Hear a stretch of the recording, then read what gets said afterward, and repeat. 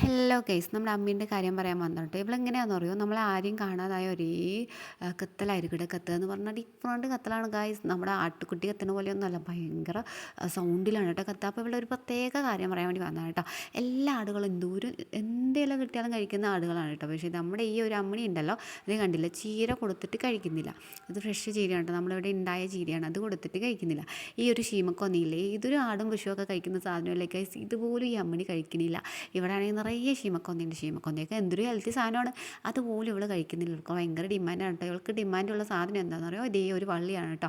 ഈ വള്ളി പിന്നെ നമ്മുടെ അപ്പുറം ഇപ്പുറമൊക്കെ ആയിട്ട് കുറച്ച് ഉള്ളത് കൊണ്ട് നമ്മളങ്ങനെ രക്ഷപ്പെട്ട് പോകുമെന്ന് പറയാം. പുല്ല് കൊടുത്തിട്ട്, പുല്ലരിഞ്ഞ് കൊടുത്തിട്ട് ഒന്നും കഴിക്കില്ല. എന്തുകൊണ്ടാണ് ഇവളിങ്ങനെയെന്ന് അറിയില്ല. ഗർഭിണിയായതുകൊണ്ട് ഞാനൊന്നും പറയുന്നില്ല, ഇഷ്ടമുള്ള പോലെ കൊടുക്കണം. കണ്ടോ, ഞാൻ ശീമക്കൊന്ന് കൊടുക്കുമ്പോൾ കഴിക്കില്ല ഗൈസ്. ഇങ്ങനെയാണോ ആടുകൾ? അവർക്ക് ഇഷ്ടമുള്ളതേ കഴിക്കുള്ളൂ. ശീമക്കൊന്ന എല്ലാ ആടുകളും കഴിക്കുന്നില്ലേ. പിന്നെ ഞങ്ങൾ ഈ വള്ളിയൊക്കെ കൊടുത്ത് അങ്ങോട്ട് അഡ്ജസ്റ്റ് ചെയ്യണം ഗൈസ്. എന്നാലും നമുക്ക് പണി കിട്ടി.